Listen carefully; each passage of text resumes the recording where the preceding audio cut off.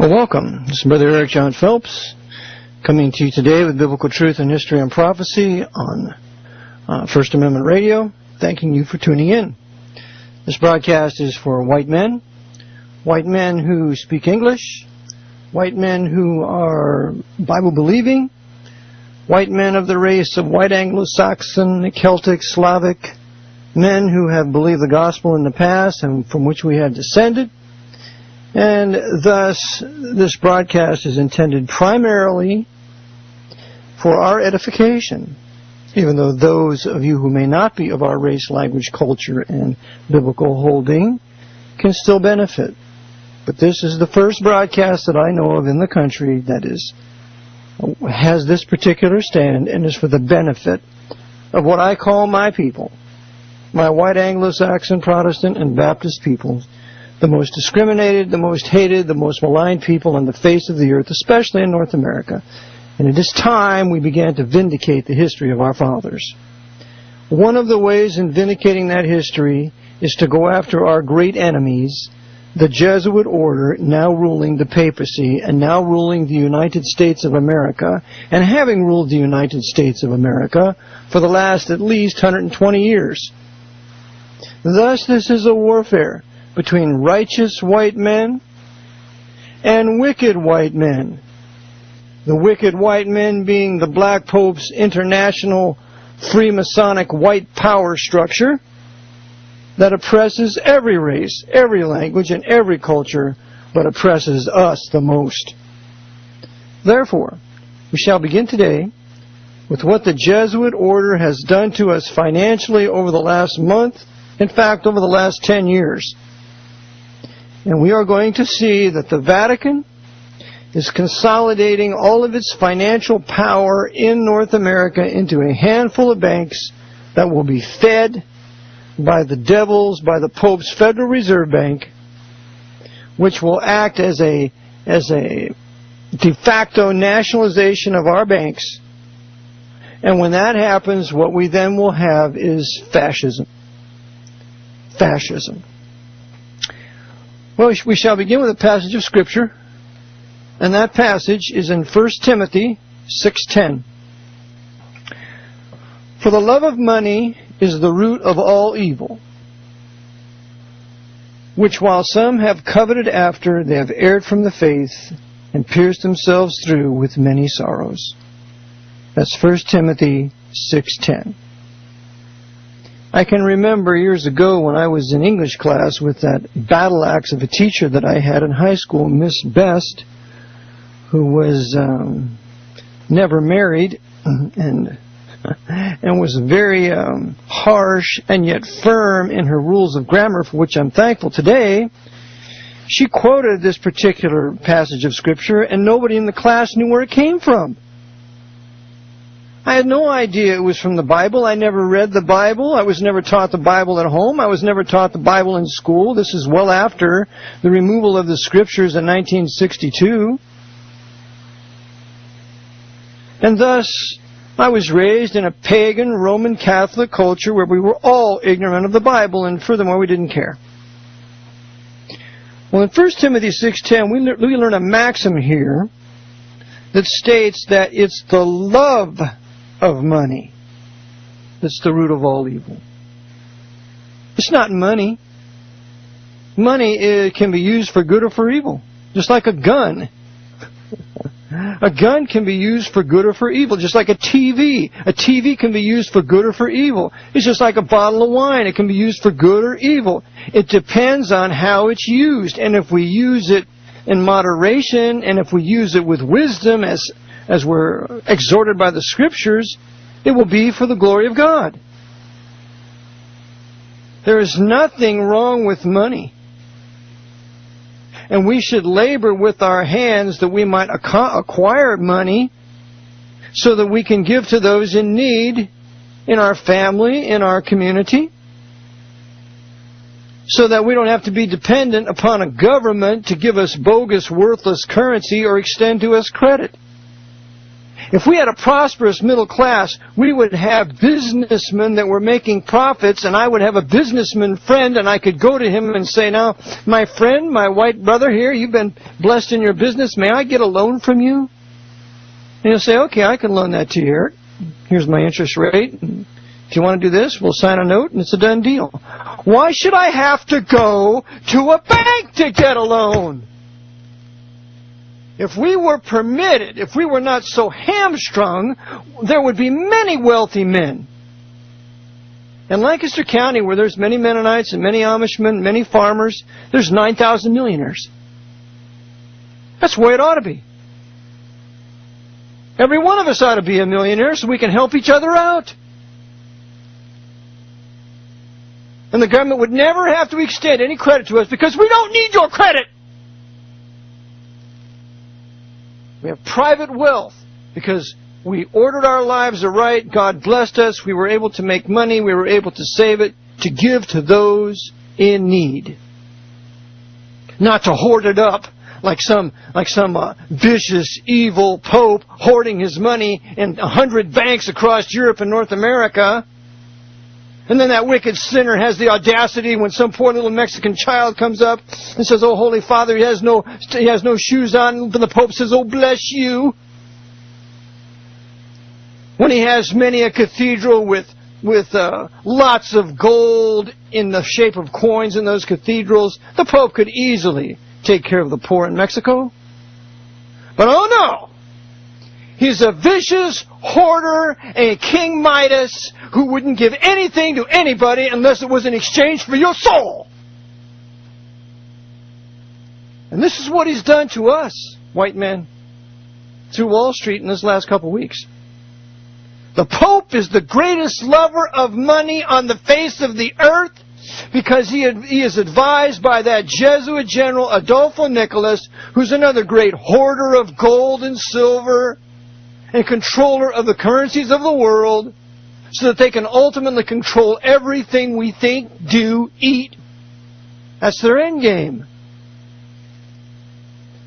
So now, understanding that the papacy has a tremendous love of money, we shall turn to Wiley's fantastic 3-volume work, one of the greatest Protestant histories ever written, called The History of Protestantism, Volume 2, Chapter 8, under the chapter of the Jesuits.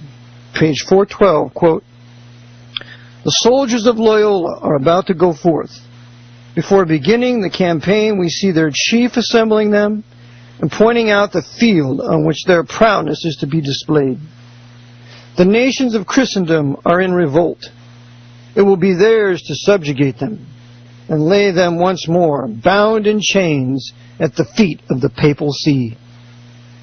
They must not faint. The arms he has provided them with are amply sufficient for the arduous warfare on which he sends them. Clad in that armor and wielding it as he has been at pains to instruct them, they will expel knowledge as night chases away the day. Liberty will die wherever their foot treads, and in the ancient darkness they will be able to rear again the fallen throne of the great hierarch of Rome. But it is the service. But if the service is hard, the wages will be ample. And the saviors of that throne, as the saviors of that throne, they will be greater than it. And though meanwhile their work is to be done in great show of humility and poverty, the silver and the gold of Christendom, and I say, nay, the world, will in the end be theirs. And they will be the lords of its lands and palaces, the masters of the bodies and souls of its inhabitants. And nothing of all that the heart can desire will be withholden from them, if only they will obey him, the Jesuit general. Unquote. See, my white brethren, the Jesuits want all the gold and all the silver and all the money and all the lands and all the people and all the labor and everything under their control. That's always been their game. And that's what they've done to us Americans now through their power on Wall Street.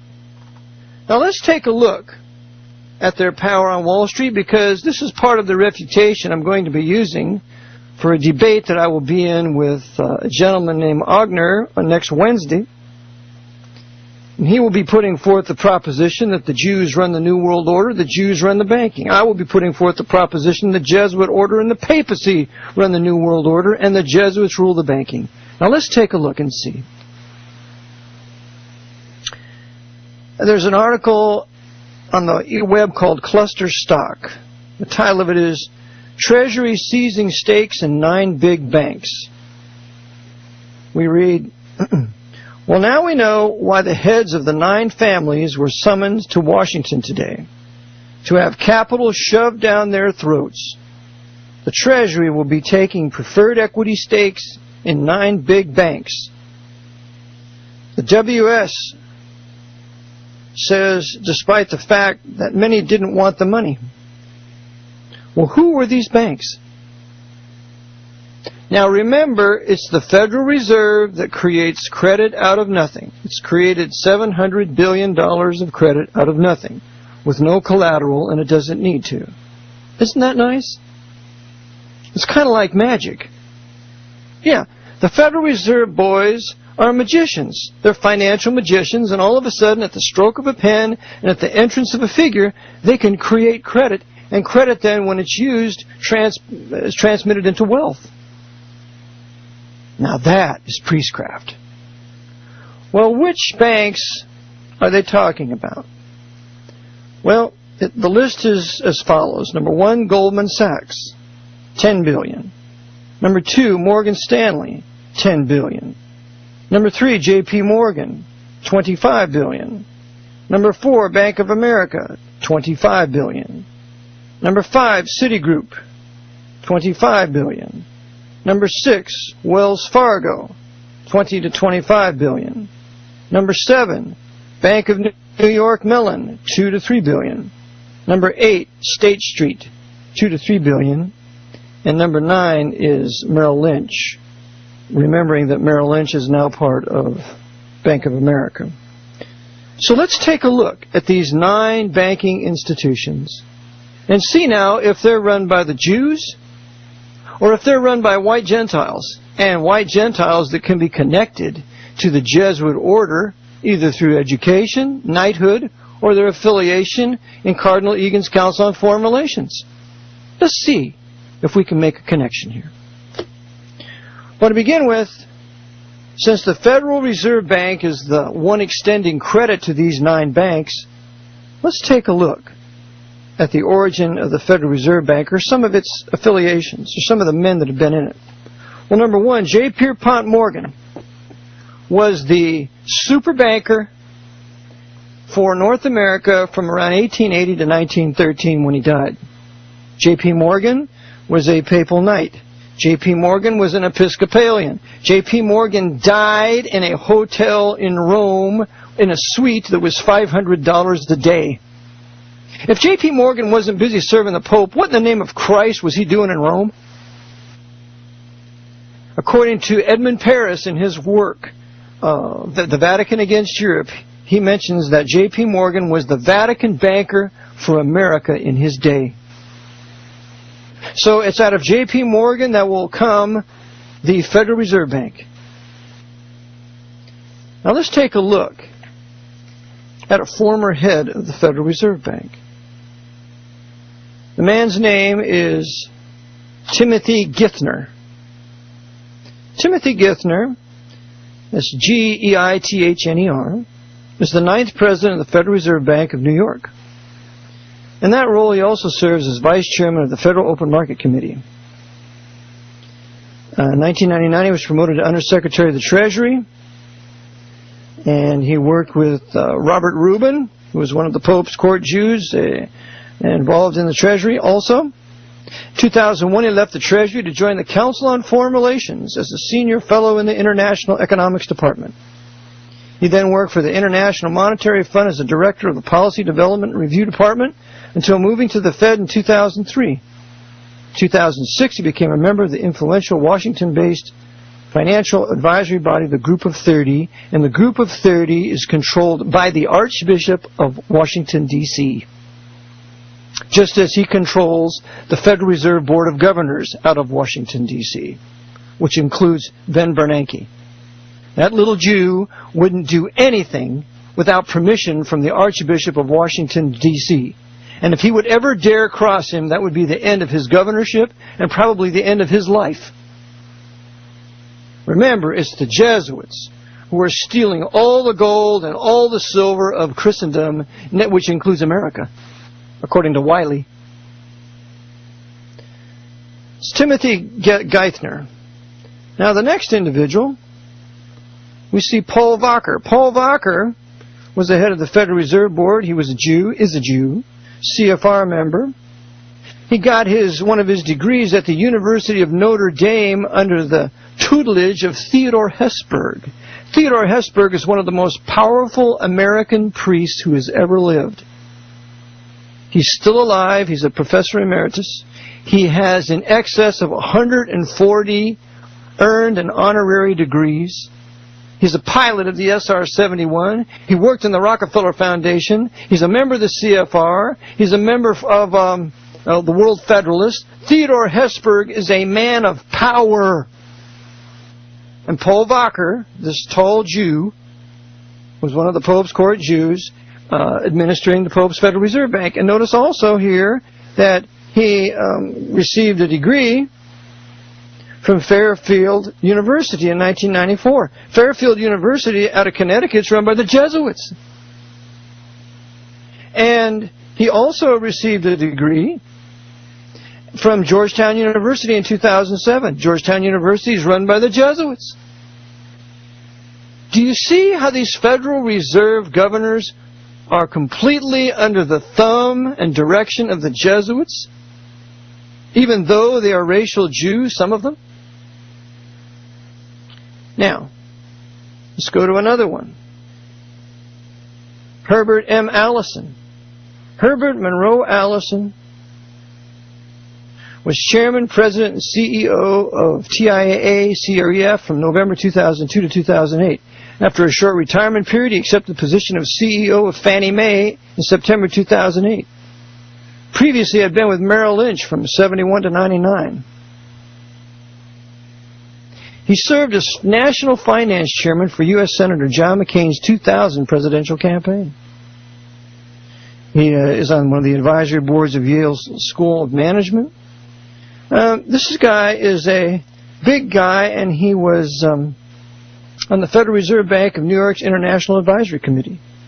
The Federal Reserve Bank of New York is where the Jesuits hold all their gold. That's where our gold was transferred from Fort Knox to Federal Reserve Bank basement in New York City over a 17-year period when they stole all of our gold. But here is one we want to see. We want to look at this E. Gerald Corrigan. Now, this is very intriguing. E. Gerald Corrigan,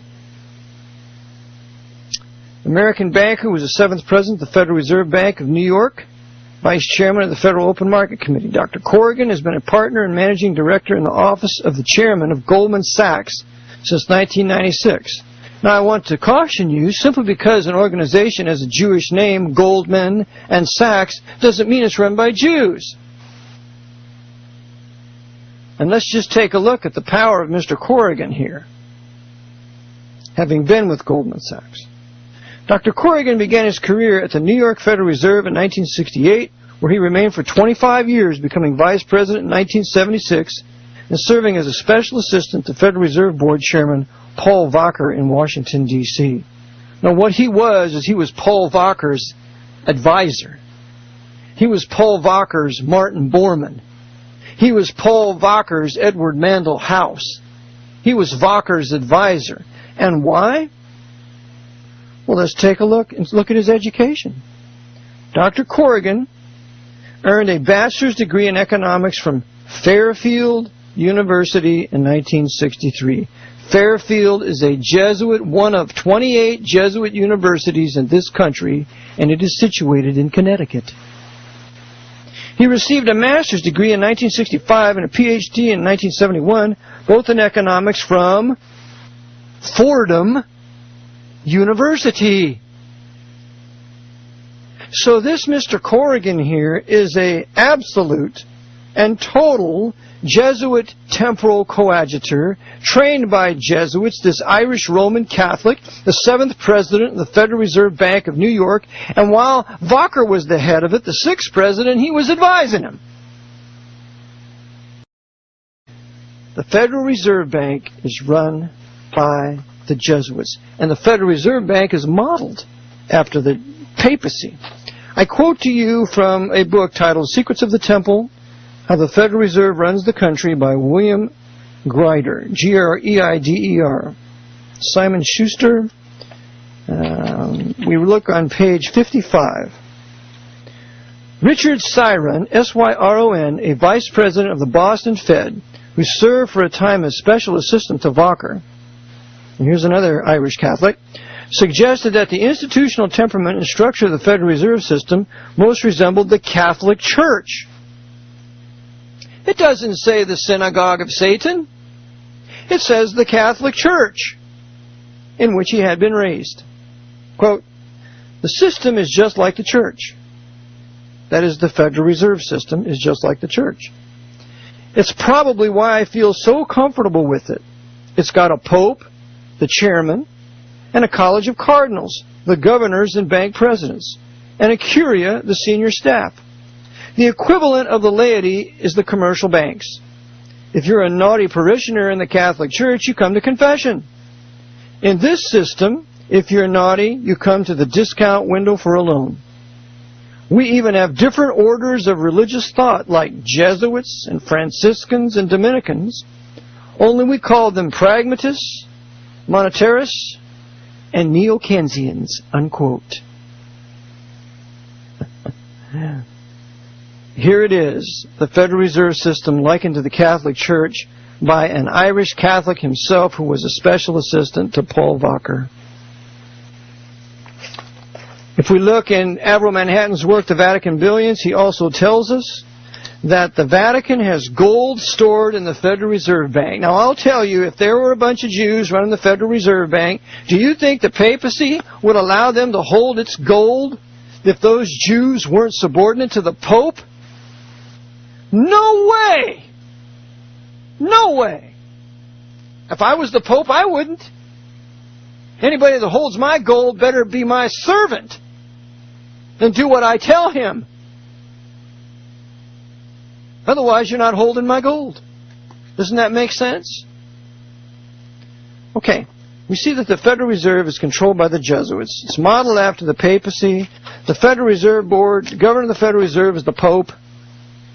Now, let's take a look at these big 9 banks.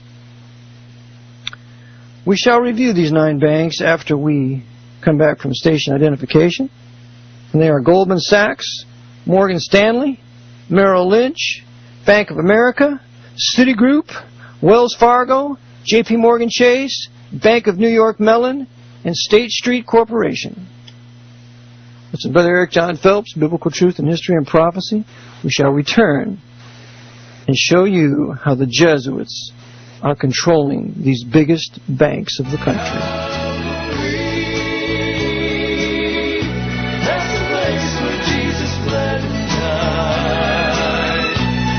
Amen. Brother Eric John Phelps, Biblical Truth and History and Prophecy, returning to you on this beautiful Wednesday as we begin to examine these 9 big banks that the Jesuits, in control of the Federal Reserve Bank, as well as the U.S. Congress through special individuals, have granted over $700 billion. And they're going to hold us working stiffs, as collateral for this debt, which spells slavery for us. So we need to understand these men who have done this to us, and we need to resist them wherever we might be, whether we're a lawyer, a judge, a doctor, economist, a journalist. We need to set our sights on exposing the power of this Jesuit order in our country, that we might not be destroyed. Because if this persists, we will be destroyed. They love money, they love gold and silver, they've hoarded it all, and now they're moving in for the kill. But you know, the Lord always raises up a standard when the enemy comes in like a flood. And you know, my white brethren, that's you. That's you. You have the honor to be in the place of the standard that the Lord raises up against these evil, wicked, sinful, spiritual bastards who hate the Bible, who hate the Reformation, who hate the middle class, and who hate progress. If you don't believe the Jesuits hate progress, you just read Pope Pius IX's Syllabus of Errors, where he condemns completely and totally modern progress. How can you have modern progress if you have a banking system that's wrecked? All right, the first bank we're looking at is Goldman Sachs. Now, the chairman and CEO of Goldman Sachs at this moment is Lloyd Blankfein, obviously a racial Jew. Gary Cohen, president and chief operating officer, who is a racial Jew. And John Winkelried, which appears to be, by that last name, a racial Jew. He's president and chief operating officer. So we have token Jews manning Goldman Sachs. But we have some very powerful papal knights that have been with Goldman Sachs. And I will read to you this man's name. His name is Geoffrey T. Biasi. Geoffrey T. Biasi. He's a Knight of Malta, a Roman Catholic. Mr. Biasi is a trustee of the Carnegie Corporation of New York, the chairman and senior partner of Roundtable Investment Partners, a general partner in the Roan Group, special limited partner of the Tremont Group, member of the board of directors of Freddie Mac. Wow. So here's the Knight of Malta on the board of directors of Freddie Mac. Do you think this Knight of Malta had anything to do with the crash of Freddie Mac? Do you think they crash certain of their institutions for their own benefit? Of course they do. An overseer of the Wharton School. By the way, the Wharton School of Economics is the most prominent economic school there in New York City, and Donald Trump, that Knight of Malta, attended that after he attended Jesuit Fordham. A trustee of the Orders Boston College. So he's a trustee of the Jesuit Orders Boston College. A director of CFR-controlled Brookings Institute. He is a trustee of Knight of Malta Joe P. Kennedy Enterprises. He's a member of the Trilateral Commission. That's right, Alex Jones. Let's bring in the Knight of Malta, Geoffrey T. Biasi, as a member of the Trilateral Commission, and let's take that to Rome. Let's blame the Pope now, as we ought to. Trustee of the Papal Foundation. Mr. Biasi has been vice chairman of J.P. Morgan Chase, serving as CEO of J.P. Morgan, evidencing the bond between both Morgan and Rockefeller empires. And by the way, I'll get into this, the J.P. Morgan Chase came out of Chemical Bank. And Chemical Bank was strictly run by the Knights of Malta. J. Peter Grace, who ran his W.R. Grace & Company out of New York City, banked with Chemical Bank. I studied him. He had 11 Knights of Malta on his board with him.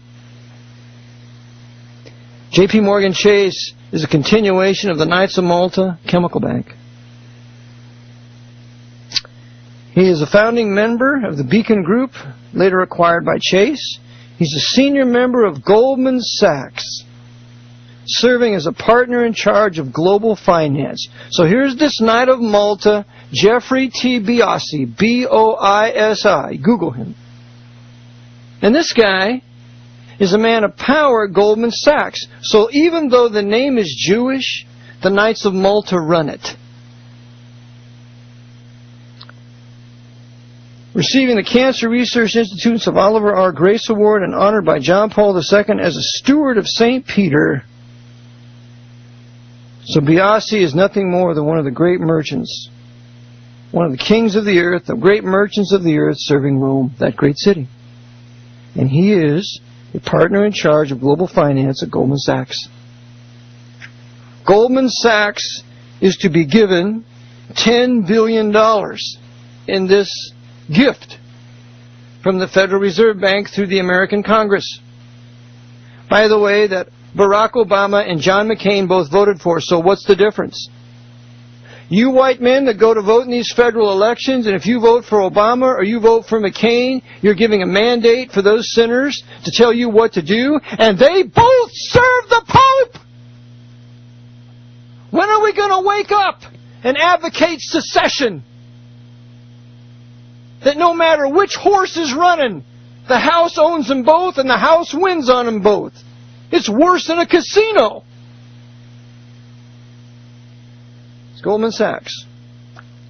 On September 21st, 2008, the Federal Reserve approved the transition from an investment bank to a bank holding company, as it did Morgan Stanley, ending investment banking on Wall Street. There is no more investment banking on Wall Street. They're all holding companies now. They're safer, quote unquote, for the Pope. Well, Goldman Sachs is the first one, controlled by Rome through the Knights of Malta. The second one, Morgan Stanley. We just mentioned Morgan Stanley. Again, on September 21st, the Federal Reserve allowed Morgan Stanley to change status from an investment bank to a bank holding company. And those were the last two banks, Morgan Stanley and Goldman Sachs, as investment banks. There are no more investment banks in the country. On October 14th, which was what, a day or so ago, yesterday? Yeah. Mitsubishi of Japan bought 21% of Morgan Stanley. The Jesuits in control of Morgan Stanley having been born out of J.P. Morgan's bank, bonesmen are in it. They are now beginning to divest into communist China. Isn't that nice? We Americans that made Morgan Stanley all this money, we made it the bank that it became. Now it's giving our wealth to our enemies that have every intention of invading us in the future. The huge Chinese army that's being built is being built by American firms like Morgan Stanley. How do you like that, my white brother? As the Vatican is going to cut our throats using Chinese murderers when they arrive on our shores. Just remember, when they get here, you paid for it. Just remember, when they get here, you kept filing your 1040s when you didn't owe it because you were not in the public sector. If you're like me, you were working with your hands, bloodying up your hands every day, trying to hatch out a living, doing a job for somebody, and they paid you after you were finished. You weren't working for the federal government. The Internal Revenue Code doesn't apply to you. Go to losthorizons.com. Get Cracking the Code by Hendrickson. Learn his work. And you're paying for your destruction, my white brethren, if you keep paying and you allow this to happen on Wall Street, that Mitsubishi, these Japanese, who hate Americans, who still blame us for Hiroshima and Nagasaki when they were ground bursts, assembled by the Jesuits on the ground in Japan and then detonated with the aid of the Japanese High Command so we could be blamed for it, while Curtis LeMay's B-29s flew overhead and dropped the magnesium flash bombs laced with uranium and plutonium, while the Jesuits were on the ground flipping the switch and were shielded underneath the devices, and then when they emerged unscathed, why, they attributed their survival to a miracle of the Virgin Mary.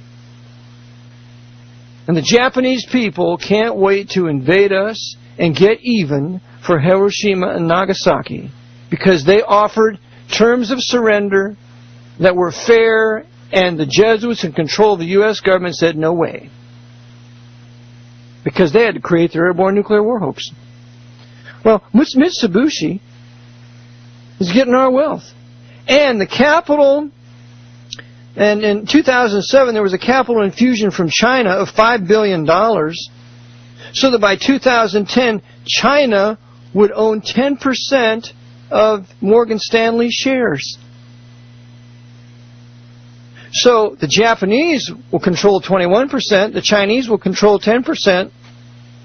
I would say that they have controlling interests nearly in Morgan Stanley. And who were the traders at Morgan Stanley who did this? Well, one of them is John T. Mack. John T. Mack, this Irishman, this white Gentile, actually is a Greek Orthodox. He's chairman and CEO. So, Morgan Stanley is run by a white Gentile, not a Jew. And a white Gentile that is beholden and subservient to the Pope of Rome. John T. Mack was protected. He was shielded from questioning. When the SEC investigators interviewed Mack on August 1st, 2006. So he's protected. Mack is untouchable. He won't be tried for treason. He's untouchable. He's an insider trader. And that insider trading, that evil dishonesty was carried over in selling off our assets to China and Japan. Are you getting mad yet? Are you white men getting angry yet at what's being done to you and your families and your wives and your children? Look at your little boys. Look at your little girls. And ask yourself, do they have a future here? And if the answer is no, we have to do something about it. Or just go down and buy some manacles at the hardware store and put the chains on our children's ankles and tell them to get used to it.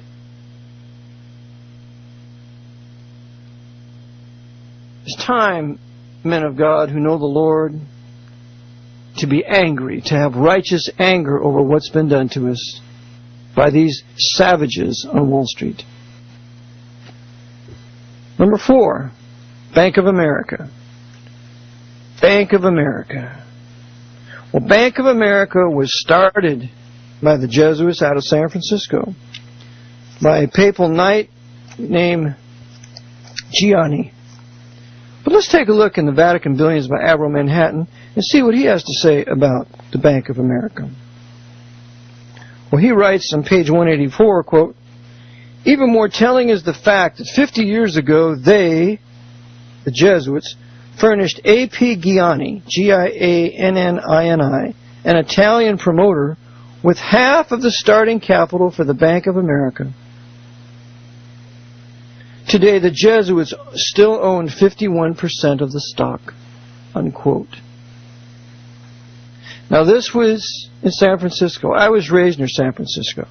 And this was on North Beach. Well, North Beach is where they have all the strippers. And when I was unsaved and in high school, my buddies and I used to go over to North Beach and try to sneak in and watch the strippers.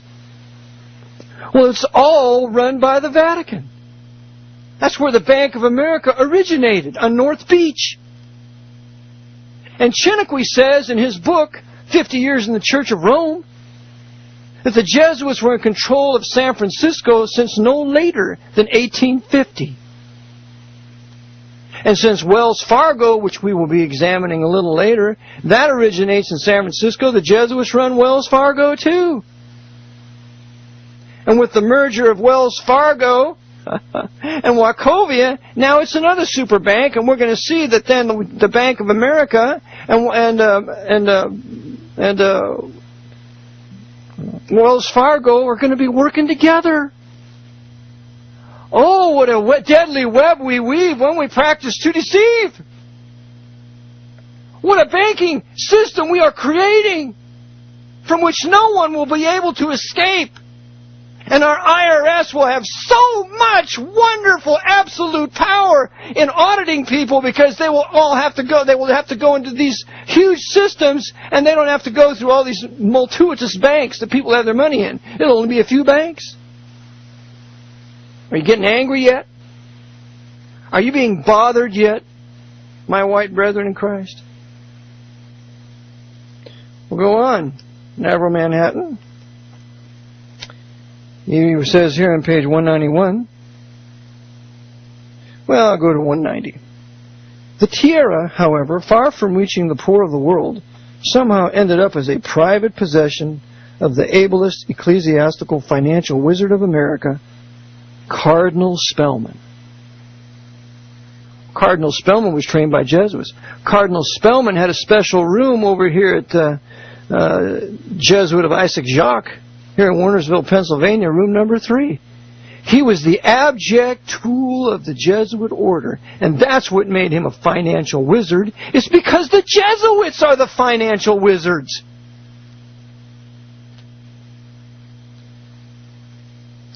On page 191 we read, the two extremes appear to be the Jesuits and their opposites, the Palatines.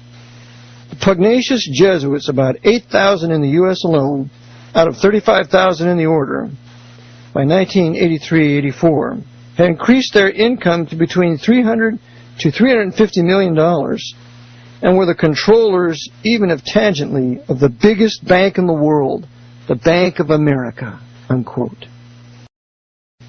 Well, the Jesuits indeed controlled the biggest bank in the world, the Bank of America. It became the biggest bank in the world by 1945. The Jesuits provided the capital for its startup and own now, I would say, over 51% of the stock. They run Bank America. And the Bank America card that we used to take, those of us who are a little older, it's now the Visa card. The Visa card is the Jesuit Bank America credit card. Welcome to Jesuit USA. And by the way, the acrostics involving Visa come out to 666, too. Well, continuing on, who's the head of the Bank of America? Why, he is a white Gentile named Kenneth D. Lewis. Kenneth D. Lewis. And Bank of America also has many, many branches. You can check it out. But I know I have working in it. There's a guy by the name of John Thane. John Thane used to be with Wachovia. Now he's a big kingpin in the Bank of America. Bank of America acquired Fleet Boston in 1999, I believe. In 2004, Fleet Boston was acquired by Bank of America. It acquired Nations Bank, and Bank of America merged into the new Bank of America in 1998. Do you see how the Jesuits are controlling all the mergers? They're consolidating all their financial power into the hands of a few banks that they control. And John Thane, he is now the current president of Global Banking, Securities, and Wealth Management of Bank of America. He was also the last chairman and chief executive officer of Merrill Lynch, remembering that Bank of America purchased Merrill Lynch. And what's John Thane's salary? Well, you'll like this. $83 million for Federal Reserve notes. Previously, Mr. Thane held management positions at the New York Stock Exchange, CEO. This papal knight, this Roman Catholic, was the CEO of the New York Stock Exchange. And Goldman Sachs, president, chief operating officer, chief financial officer. He amassed 300 million Federal Reserve notes in Goldman stock. It was widely believed that Mr. Thane was also a front runner to head Citigroup. Merrill Lynch and Citigroup sought new leaders. He is also a member of the Federal Reserve Bank of New York's International Accounts Advisory Committee. Don't tell me the Jews run the Federal Reserve Bank when this papal knight, John Thane, is on its advisory board.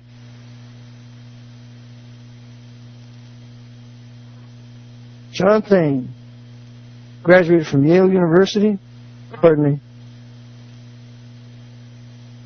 He grew up in Antioch, Illinois, earned a bachelor's degree in electrical engineering from MIT, MBA from Harvard Business School.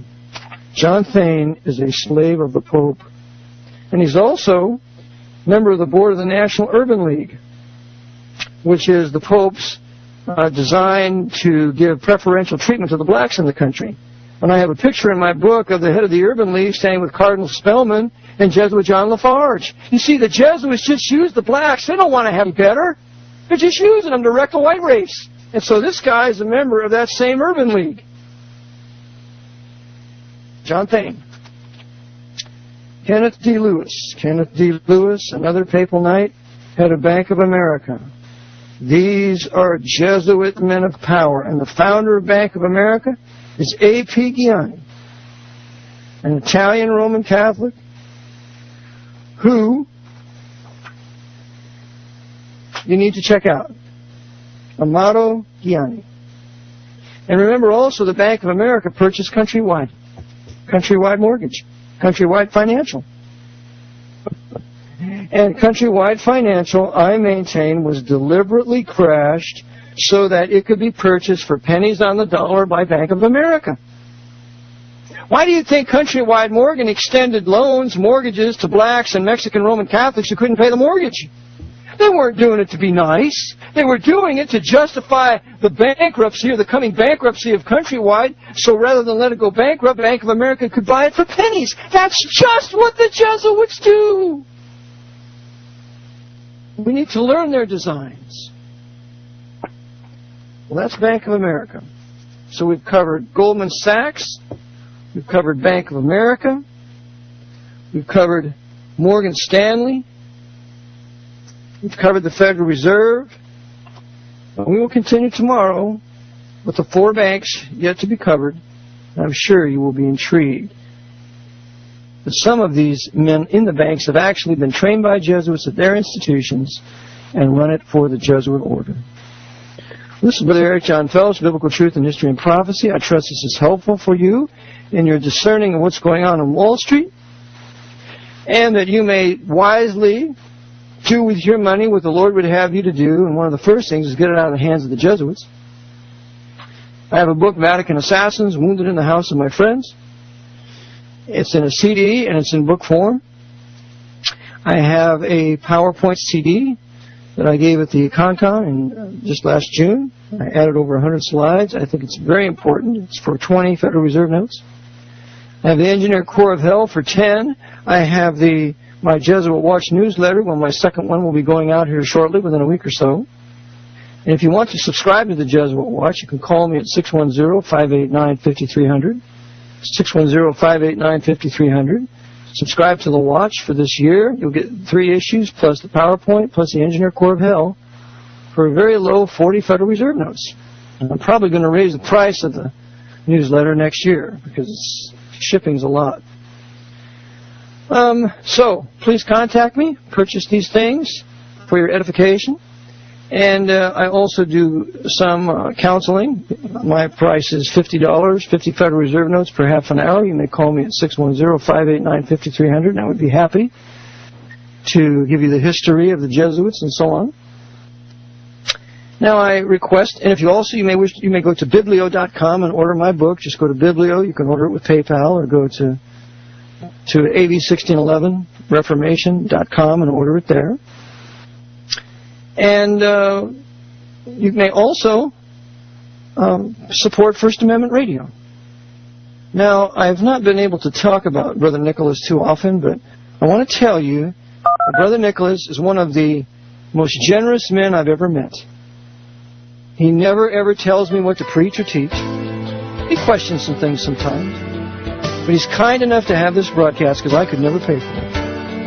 So please, before you get anything from me, send a donation to First Amendment Radio. Brother Nicolaus, and thank you for the broadcast. This is Brother Eric John Phelps, Biblical Truth and History and Prophecy. We shall return tomorrow, Lord willing, and finish up Jesuit banking. Amen. Well, welcome, Brother Eric John Phelps, coming to you today, this beautiful Thursday, this really Indian summer day here in Pennsylvania, on October 16th, 2008. And this will be the second part of what I am calling the great Jesuit financing of Wall Street and its breakdown to 9 banks, and the control or the help or coming to the aid or gifting to these banks by the Jesuit orders, the Black Pope's Federal Reserve Bank.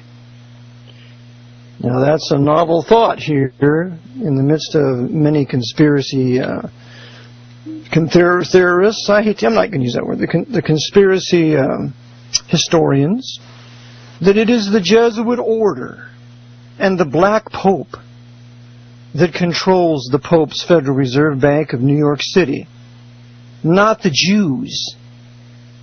It is not Jew York It is Jesuit York. And so the great decision that we Americans will have to make in the very near future is, did the Jews cause this great financial meltdown in Wall Street, or was it the Jesuit order? And that choice will determine our nation's destiny. That one choice right there.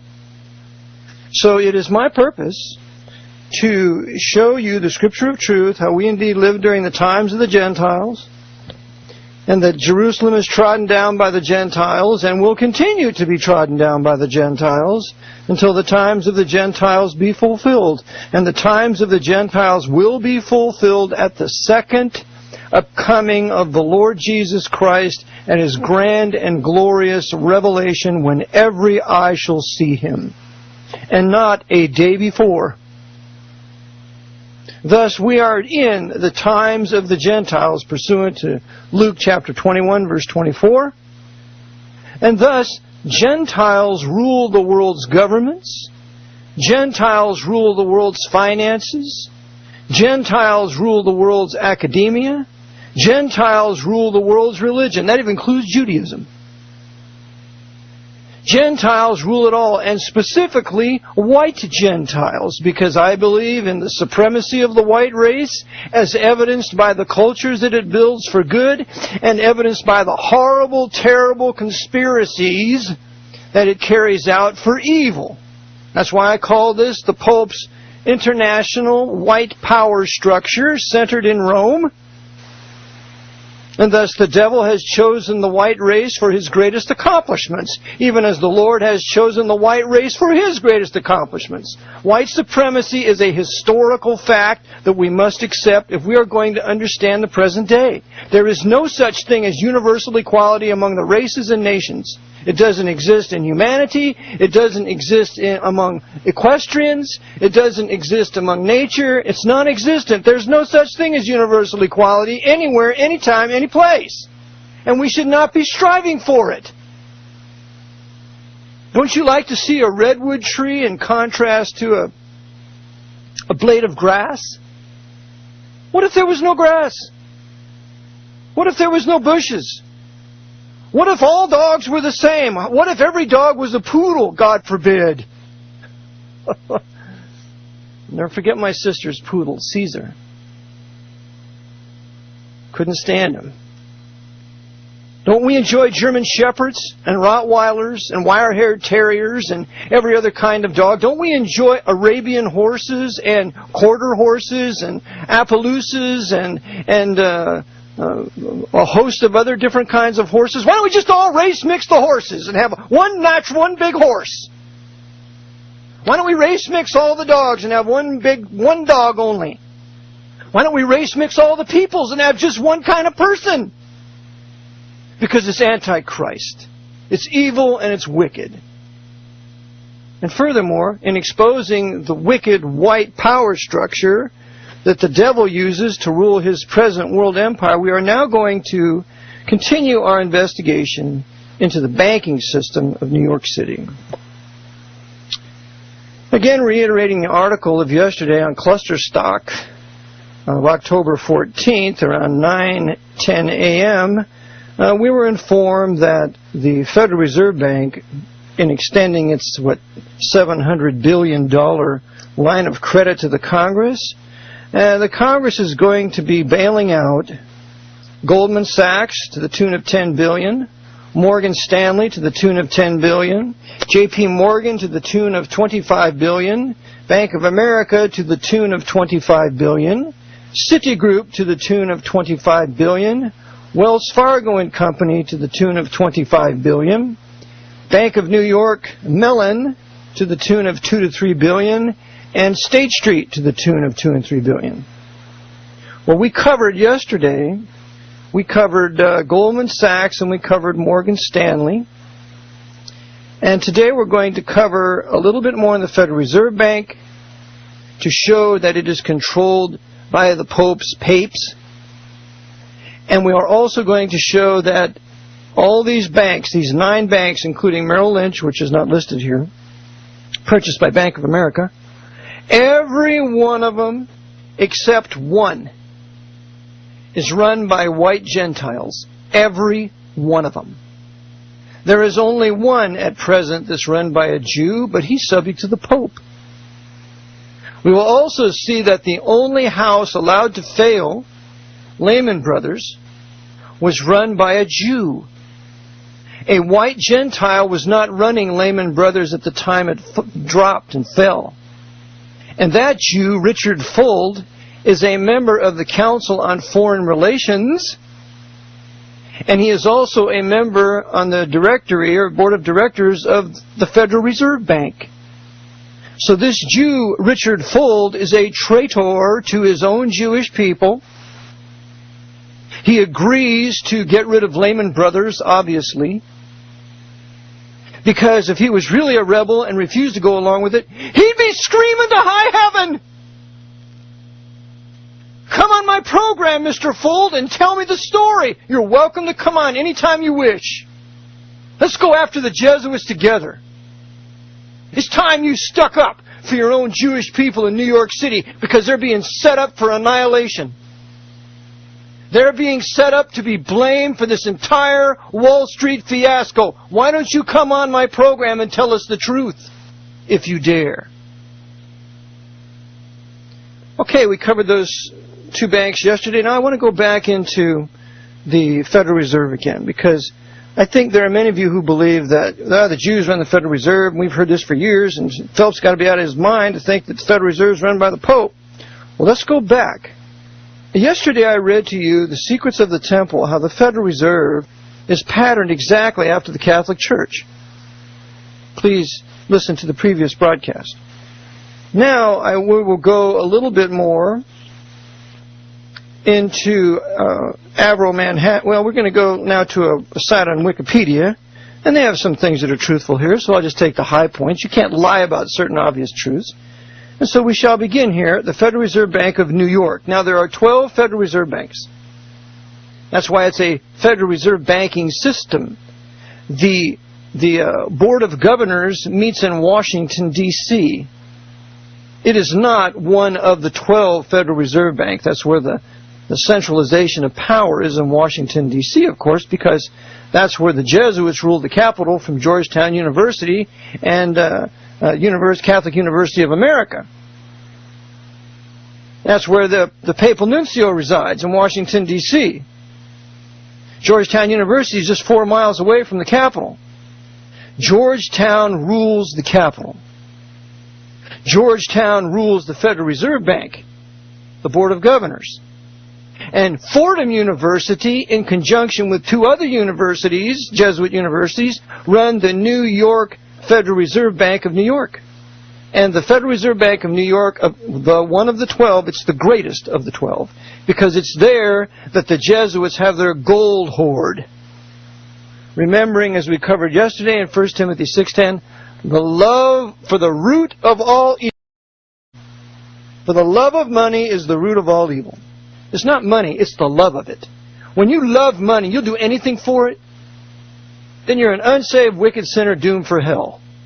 And that's what these wicked, unsaved Jesuit sinners doomed for hell are doing. They'll do anything for money, and they'll steal everything they can get their hands on. And they've done it to our wealth here in America.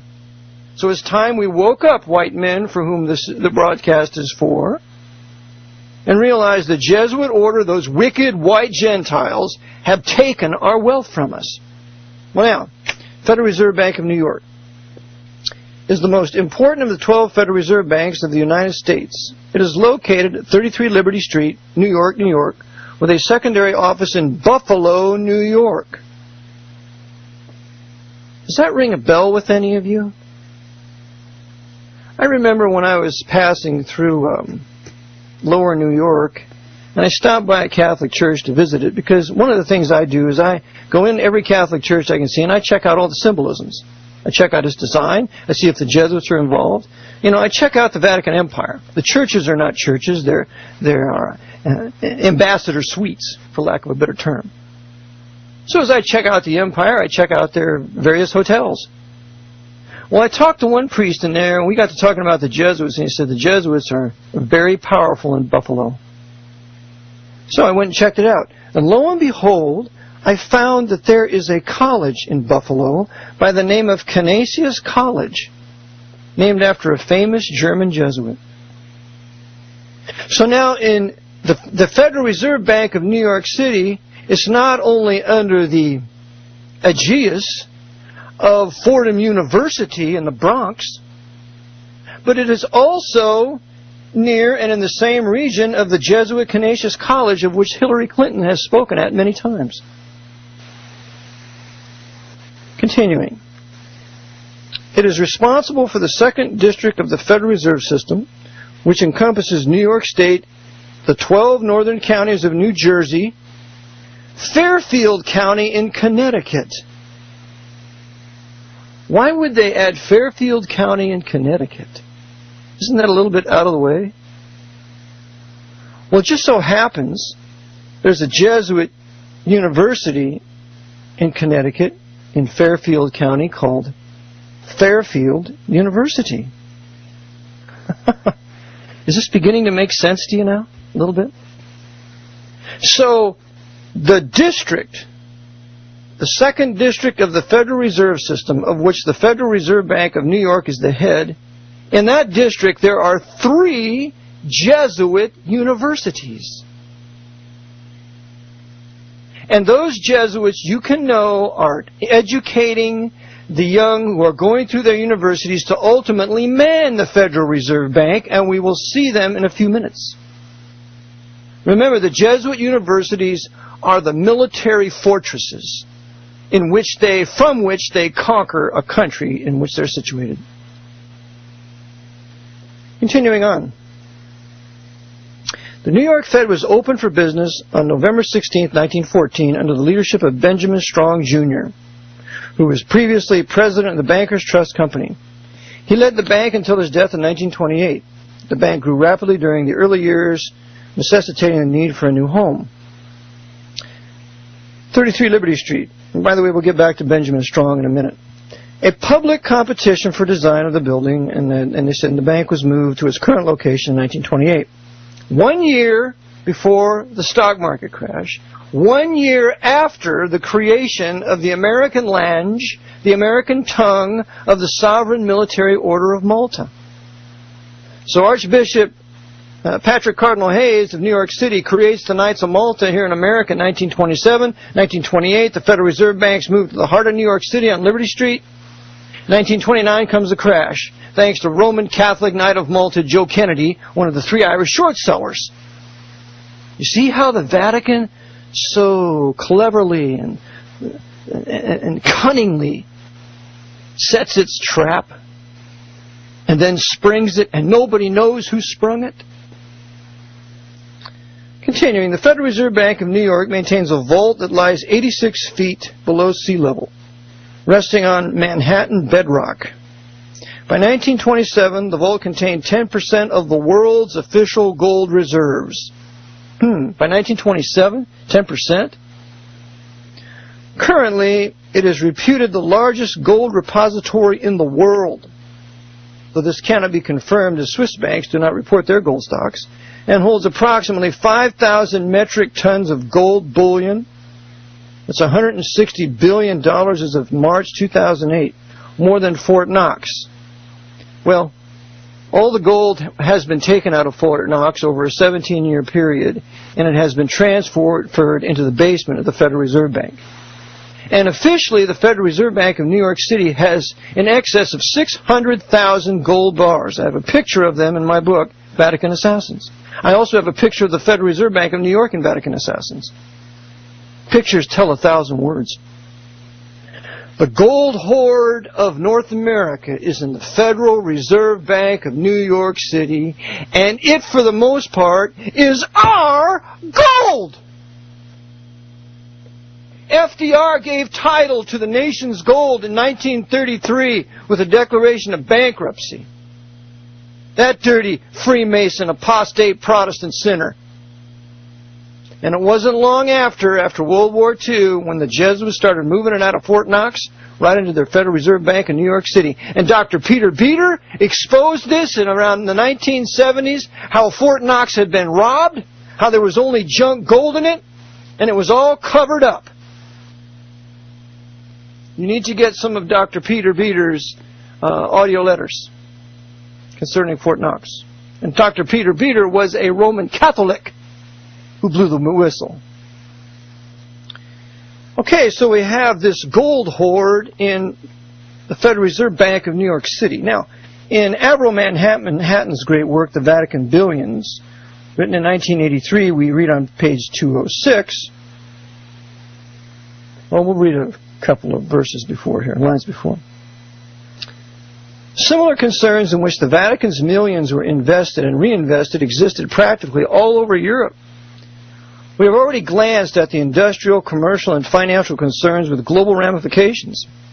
The Vatican, as we have already reiterated, has large investments with the Rothschilds of Britain. Who runs who? The Rothschilds of Britain or the Vatican? France and America. With the Hambros Bank, that is White Gentile, Knight of Malta. With Credit Suisse, that is White Gentile in London and Zurich. In the United States, it has large investments with the Morgan Bank. Remember, Ben Strong was with the J.P. Morgan when they set up the Federal Reserve Act, when they drew it up at Jekyll Island. Benjamin Strong was J.P. Morgan's agent to Jekyll Island. And according to Edmund Paris, J.P. Morgan was the Vatican's banker for North America. So no wonder the Vatican has investments with Morgan Bank, the Chase Manhattan Bank, they now being J.P. Morgan Chase in conjunction with Chemical Bank, the First National Bank of New York, the Bankers Trust Company, and others. The Vatican, as we have already seen, has billions of shares in the most powerful international corporations such as Gulf Oil, Shell. Guess who controls the oil industry, folks? It's the Pope. He also controls Saudi Arabia. He controls OPEC. He controls Venezuela. He shut down our oil reserves in North America. You listen to Lindsey Williams. He will tell you that the men of power in this country deliberately shut down our oil reserves. Why? Because those men of power are kissing the slippered toe of the Pope. Continuing. Shell, General Motors, Bethlehem Steel, General Electric. General Electric provides most of the top electrical and magnetic technology for the building of anti-gravity craft in this country. All housed underground in the deep underground military bases. Without General Electric, there are no flying saucers. International Business Machines, that's IBM. Oh, now we have Thomas J. Watson, IBM and the Holocaust by Edwin Black. The Vatican controlling IBM. TWA, Trans World Airlines.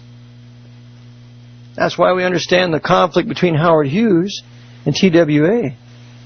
And ultimately Howard Hughes being taken over by the Vatican with their most faithful tool and Knight of Malta, who's still alive, Robert A. Mayhew. That's right, we name names on this broadcast because we're all about ready to...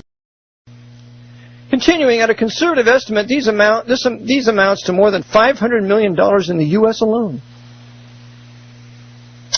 Continuing, the Vatican's treasure of solid gold has been estimated by the United Nations World Magazine to amount to several $billion. A large bulk of this is stored in gold ingots with the U.S. Federal Reserve Bank, while banks in England and Switzerland hold the rest.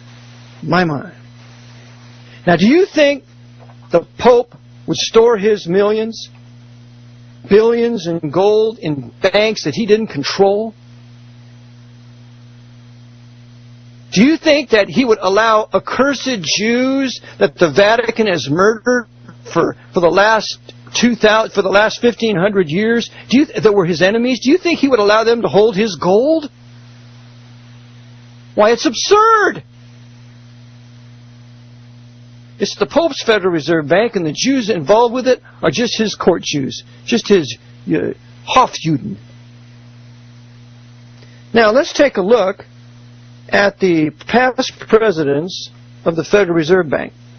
of New York City, where all the gold is. The first one was Benjamin Strong, Jr. He's a white Gentile. He was J.P. Morgan's man at Jekyll Island in the drawing up of the Federal Reserve Act. Then we have George L. Harrison. You might say, what about Warburg? Warburg, the token Jew, was at Jekyll Island too. That's right. But he was not a man of power. Just like in the Mafia. Meyer Lansky was the mere treasurer for Lucky Luciano. Lucky Luciano tells us in his book, in the last will and testament of Lucky Luciano, Lansky didn't have a vote because he wasn't Sicilian. The devil always uses brilliant Jews to support his white Gentiles in any endeavor. But these Jews don't rule. Why? Because it's the times of Gentiles. They are the tail of all nations, Deuteronomy 28. And this works out perfectly in an objective analysis of history. Benjamin Strong. Number 2, George I. Harrison, 1928 to 1940. Another white Gentile. Alan Sproul, 1941 to 1956. Another white Gentile. Alfred Hayes, 1956 to 1975. Another white Gentile. Paul Wacker, 1975 to 1979. Oh, he's a Jew? Oh, sure he is. But he's a member of the Pope's CFR. And I believe he has an honorary degree from Jesuit Georgetown University. Paul Wacker kisses the feet of the Jesuits at Georgetown University, and thus it's the Jesuits of Georgetown University through Paul Wacker that are advising Barack Obama. Because Barack Obama said one of his advisors is Paul Wacker. The Jesuits are secretly backing Barack Obama, and they are openly backing John McCain, which we shall comment on at another broadcast tomorrow specifically. Anthony M. Solomon, 1980 to 1985. Here's another Jew, but he's a member of the CFR. Brother Eric shall be back. We just heard the introduction here and shall return after station identification.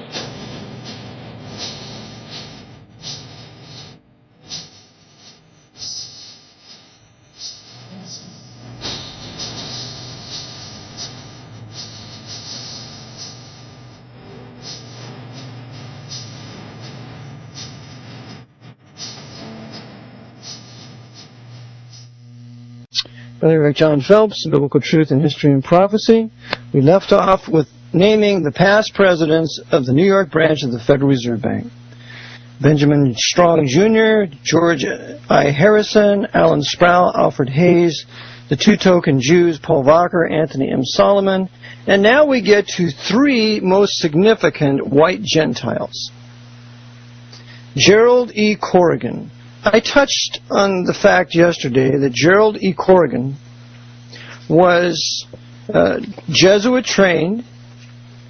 He was Jesuit trained and at Fairfield University in Connecticut, which is part of the 2nd District of the Federal Reserve, of which the New York Federal Reserve Bank oversees. He also got his Ph.D. in economics in 1971 from Fordham, from the Jesuits at Fordham. Just like G. Gordon Liddy went to Fordham University. That wonderful man. That killer of Officer Tippett in Dallas. Okay, so now, this Jesuit temporal coadjutor, E. Gerald Corrigan, was the 7th president of the New York Federal Reserve Bank, protecting the Pope's gold for him, and I would imagine that he is also a Knight of Malta. Now, here's another guy after him, William J. McDonough. He's the 8th president. What about him? I have him in my book. Well, he got his master's degree from Georgetown University from the Jesuits, and he got his bachelor's degree from the Jesuits at their Holy Cross in Worcester, Massachusetts. Jesuit trained to the hilt. He is also a Knight of Malta. He is also on the board of directors for the Bank of International Settlements, that World Bank, essentially. And he is also a director on the Council on Foreign Relations, through which the Pope rules the country. And he is also a member of the Group of 30, which is probably the world's top 30 bankers. William J. MacDonagh, this Irish Roman Catholic Knight of Malta, Jesuit-trained, Jesuit coadjutor, was the 8th head of the New York Federal Reserve Bank, guarding the Pope's gold. Now, I want to go back a little bit and talk about a man that very few of us have read anything about. During the days of Benjamin Strong, when he was the first Federal Reserve chairman, the first Federal Reserve president of the New York branch, there was a very powerful Irish Roman Catholic, Irish American, we have to hyphenate these words, I'm sorry. We got African American, every other kind of American, we're going to call them Irish American too, so everybody knows they're white. And this guy's name is Thomas Fortune Ryan, and you can read about him in a book called Real Lace, America's Irish Rich by Stephen Birmingham. And in this tremendous book, on page 152, we read of Thomas Fortune Ryan. Ryan had ordered Baruch to get Duke, and at one point became so alarmed at the possibility that he would actually succeed that he rushed into Baruch's office saying, "I want to annoy them, not ruin them." But I knew he was pleased, Baruch commented. The result of the tobacco war, with stocks in the various companies being driven up and down by the two opponents and their hired manipulators, was that both Duke and Ryan ended up making huge profits, and both men were pleased. Ryan's operations went on to extend into coke, coal, oil, lead, and typewriters, namely royal typewriters. I had one of those once. His activities spread from New York City to Ohio, Virginia, West Virginia, and Illinois, and into the Belgian Congo, where he was asked to reorganize the diamond mines by none other than King Leopold of Belgium himself. And remembering that King Leopold II of Belgium organized the mutual annihilation of 10 million Belgian Congolese blacks. Hey, you black folks, you might be listening. That shows you how much the papacy loves you. They love to kill you. And King Leopold II is a classic example of this. And there's a book you need to read called King Leopold's Ghost. It tells of this mass murder of over 10 million blacks in the Belgian Congo. It goes on here on page 152. Ryan had ordered Baruch to get Duke, and at one point became so alarmed at the possibility that he would actually succeed that he... Okay, I already read that, pardon me. Page 153. Thomas Fortune Ryan, at the age of 54, was worth $50 million. A few years later, he was worth $100 million. When he died, by the way, in 1928, he had $200 million, silver dollars, gold dollars, before they were ever confiscated, that he willed to his family. Thomas Fortune Ryan was one of the 10 wealthiest men in this country, and we never hear about him. Thomas Fortune Ryan was the master of Bernard Baruch. And it was Bernard Baruch that advised Woodrow Wilson to sign the Federal Reserve Act on December 23rd, 1913, at the behest of his massa, Thomas Fortune Ryan. Again, Bernard Baruch advised Woodrow Wilson, the traitor, to sign into law 2 days before Christmas the Federal Reserve Act at the behest and order of Thomas Fortune Ryan. That Jew, Bernard Baruch, that Hofjuden for the Pope, was doing exactly what his Irish Catholic master told him to do.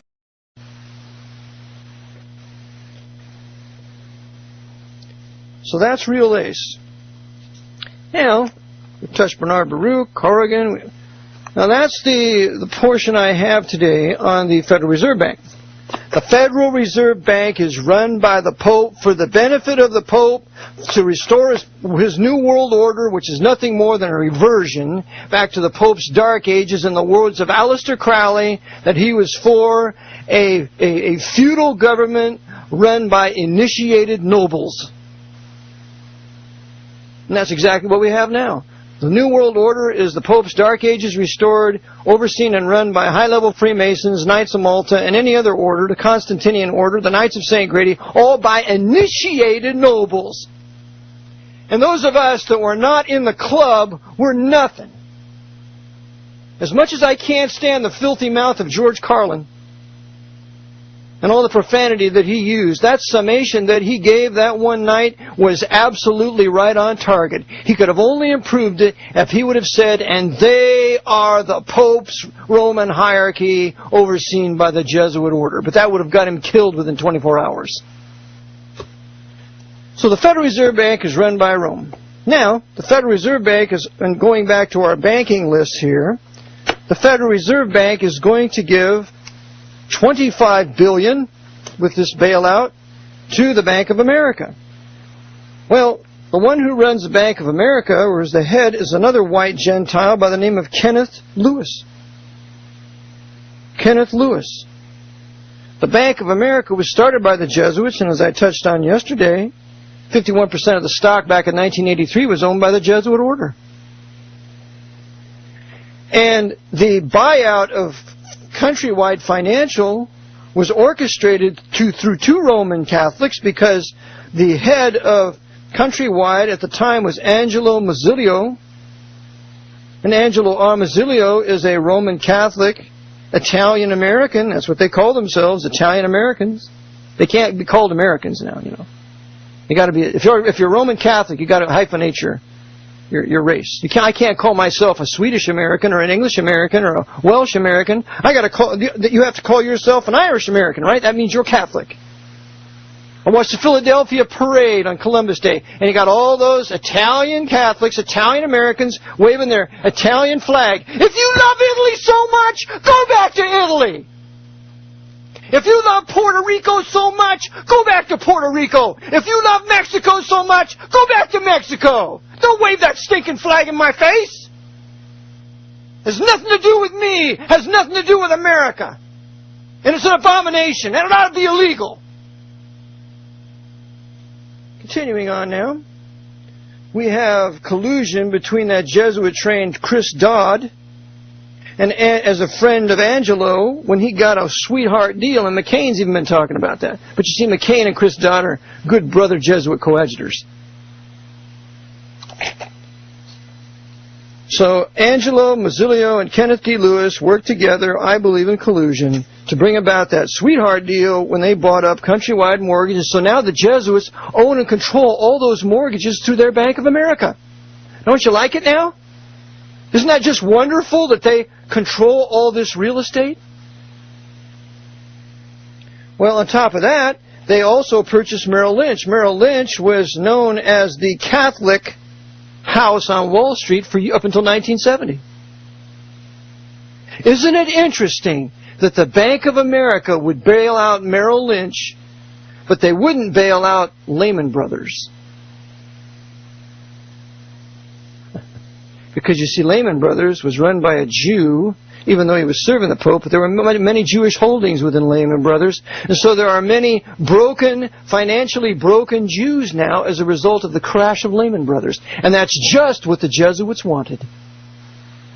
Lehman Brothers was the Jewish house. Merrill Lynch was the Catholic house. They saved the Catholic house and allowed the Jewish house to go down. What is this? It's the Council of Trent on Wall Street. Continuing.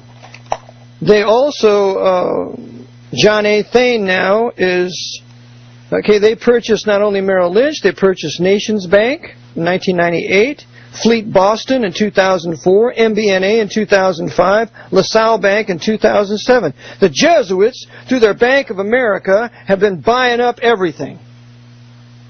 And the two big houses allowed to fail, Lehman Brothers, run by a Jew, Richard Fuld, and the other one, a bank, Washington Mutual, run by another Jew, Allen H. Fishman.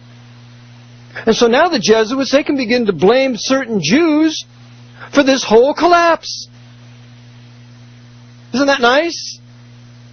Do you see how they work, my white brothers? Only a brilliant, devious white mind can work like this. That's why it takes righteous white men to resist these wicked, sinful white men. Will you join me? You trust the Lord?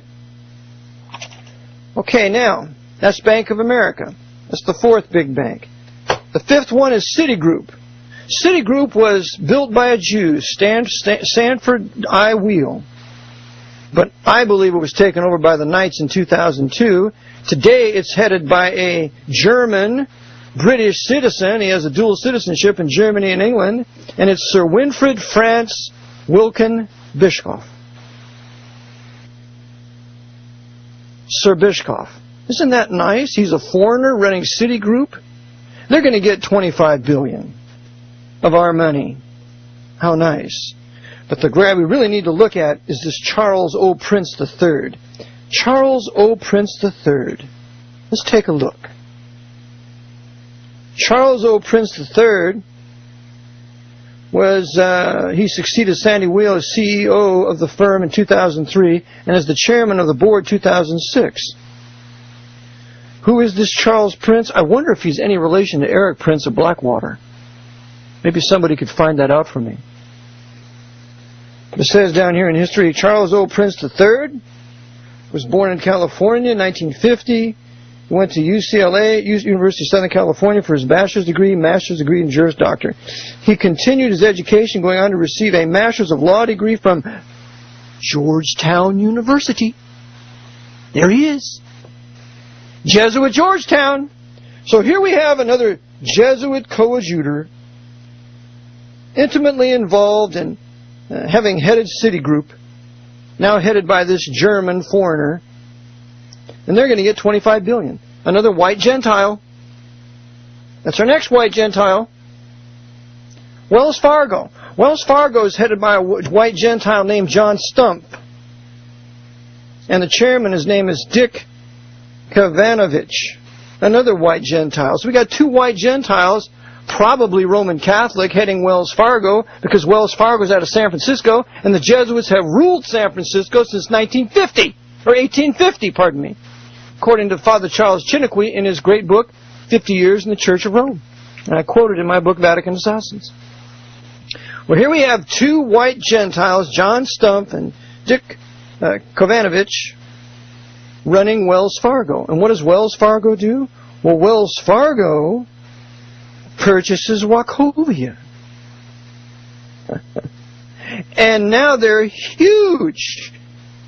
That means every Wachovia bank in Pennsylvania is all run by Wells Fargo. And now Wells Fargo has a sweetheart deal with Bank of America to work together in financial transactions. And by the way, Wells Fargo is getting $25 billion too. Just give all your money to the Pope. If you don't want to resist the Pope, then fall down and serve him and give everything you own to him, because if you don't, they're going to take it anyway. That's right, my white brothers. Next one, J.P. Morgan Chase. This was the most interesting discovery. I asked myself, whatever happened to Chemical Bank? Chemical Bank was the bank that J. Grace used to use for his W.R. Grace & Company. When I researched him 20 years ago, J. Peter Grace was the head of the American branch of the Knights of Malta. He was overseeing the Kennedy assassination for Cardinal Spellman, which includes Lee Iacocca and Cartha DeLoach and Henry Luce and Alexander Haig and a host of others. Interesting that I can find these things, but the Justice Department can't find it. That tells you who controls justice in this country. So what happened to Chemical Bank? By the way, the head of J.P. Morgan Chase today is James Dimone, and he is CEO, another white Gentile. Well, what happens? Chemical Bank, by the way, J.P. Morgan has in the past been headed by a Jesuit. And that Jesuit's name is Chris Lowney, a one-time managing director of American financial giant J.P. Morgan. A former Jesuit himself and graduate of the Jesuit Fordham University of New York, Lowney explained how each of the virtues can be applied to today's management. Pardon me, this type is so small I can hardly read it. But here we have Chris Lowney. He was a Jesuit, and he headed J.P. Morgan Bank. You see how the Jesuits run J.P. Morgan? And just find him on the web. It's under Catholic Education, Light of Truth. and look under Chris Lowney, Lowney. Another stinking Jesuit running the big banks. Well, what happened with Chemical Bank? Chemical Bank was run by the Knights of Malta, and in 1986 it acquired Texas Commerce Bank. At the end of 1991 it acquired Manufacturers Hanover Corporation. 1996 Chemical acquired Chase Manhattan Corporation, and continued under the Chase name until acquiring J.P. Morgan and Company in December 2000 to form J.P. Morgan Chase and Company. Throughout all these acquisitions, Chemical's original management team remained in charge of both the bank and its private investment group, J.P. Morgan Partners, until acquiring Bank One in 2004. J.P. Morgan is run by the Knights of Malta, and there is a telex from the J.P. Morgan office in New York City to the Vatican, according to Martin Lee in his great article, Who Are the Knights of Malta? So J.P. Morgan is getting $25 billion. That's number 7. Got 2 more to go. Bank of New York Mellon. Who's the head of this? Why, it's Robert P. Kelly, another white Gentile. White Gentile Robert P. Kelly, CEO. Now what about this Robert Kelly? Who is this? He's the CEO. Well, just check out the New York Mellon Corporation. It's a global financial services company formed on July 1st, 2007, as a result of the merger of the Bank of New York and the Mellon Financial Corporation. Mellon was big in Pennsylvania, especially in the Pittsburgh area. So this is recently formed. It's only a little over a year old. And they're getting $2 to $3 billion from the bailout. Well, let's take a look at Robert P. Kelly, this white Gentile. Maybe we can learn something about him, who heads this bank right now.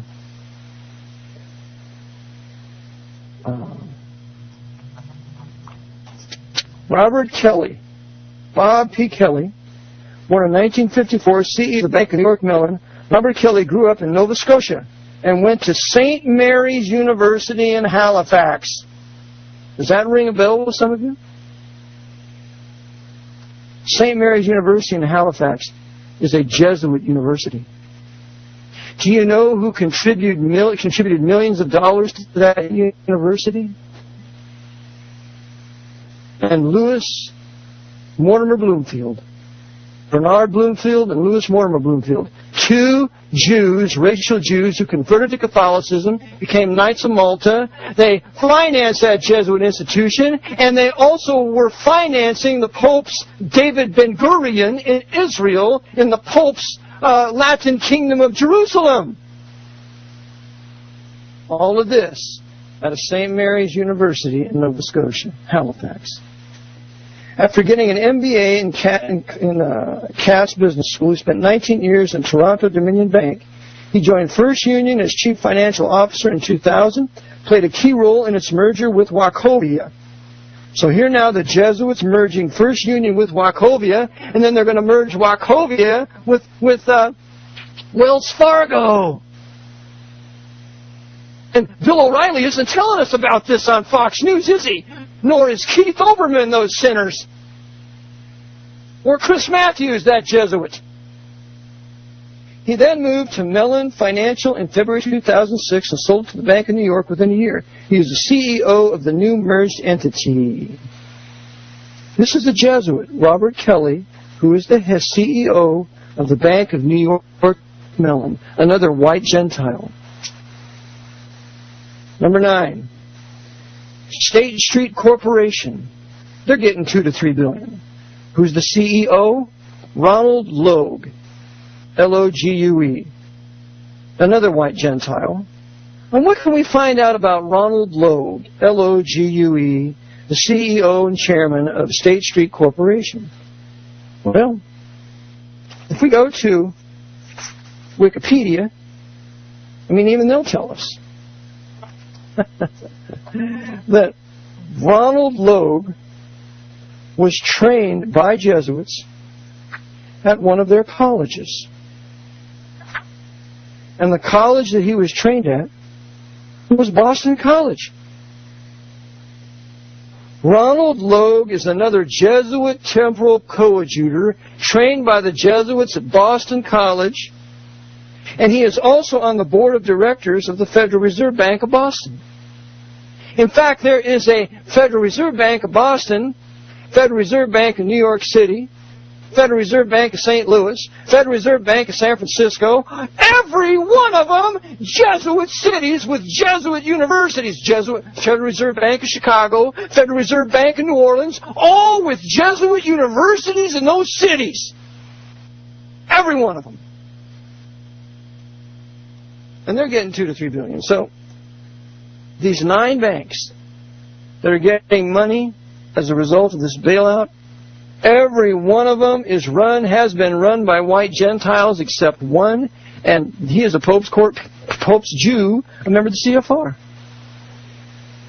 So let's dispel this nonsense that the Jews run the banking system in Wall Street. Wall Street is the Pope's. It belongs to his Knights of Malta, high-level Freemasons, overseen by the Archbishop of New York, that same sinner who brought down the World Trade Center on 9/11. That same sinner who has orchestrated this financial crash so that they can nationalize our banks, and the government controlled by the Pope can control every one of our assets, real and personal. This is Brother Eric John Phelps, Biblical Truth and History and Prophecy. Thanking you for tuning in today. I trust this was informative. I have a book, Vatican Assassins, Wounded in the House of My Friends. It's in book form or CD. You may order that if you go to biblio.com and use PayPal. I have a PowerPoint that is very good and I think important for your library. That's 20 Federal Reserve notes. I have the Engineer Corps of Hell for 10. I have the Jesuit Watch for $40 a year. And if you purchase the Jesuit Watch for this year, I will add these works. Please support First Amendment Radio, as it is kind enough and gracious enough to have me on. We don't know how long we'll be able to do this. I trust you get copies of these broadcasts. Keep them in your libraries. Check the information and facts that I give you. And know this. The Lord is on His throne and all is well. Continue to serve Him and do His will according to the AV 1611. We shall meet tomorrow. Lord bless.